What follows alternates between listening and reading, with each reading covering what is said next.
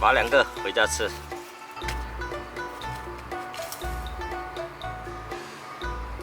回家煮芋头。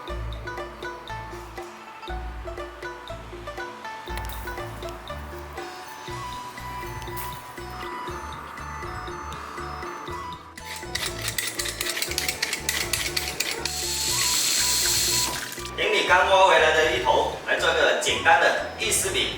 材料也比较简单，除了芋头，还有一点炒熟的花生，去皮的，一点番薯粉，几条葱。咱们现在把芋头刨成丝，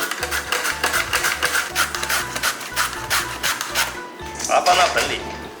哇，一个好多。芋丝切好，来把花生压碎，用刀压碎就可以，不用压得太细，这样就可以了。再来切点葱花，花生能起到增香的作用，吃起来口感更有层次。再来加点盐调味，甜酱、五香粉、番薯粉倒到碗里，加点水，水没过番薯粉就可以。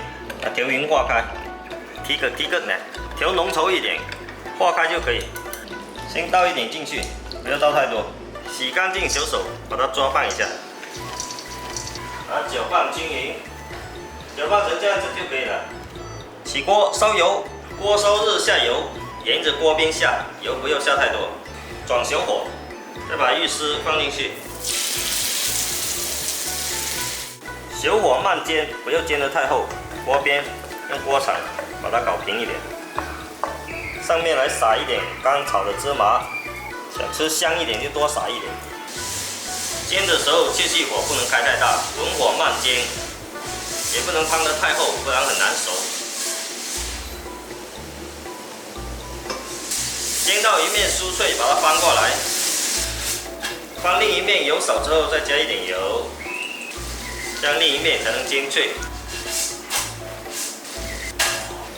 煎到这样2面金黄，出锅，一个芋头冒面。香煎芋丝饼，香脆少油，材料简单，好吃易做。下午茶点心来上一盘，香。吃一个立马想吃第2个，能少出来。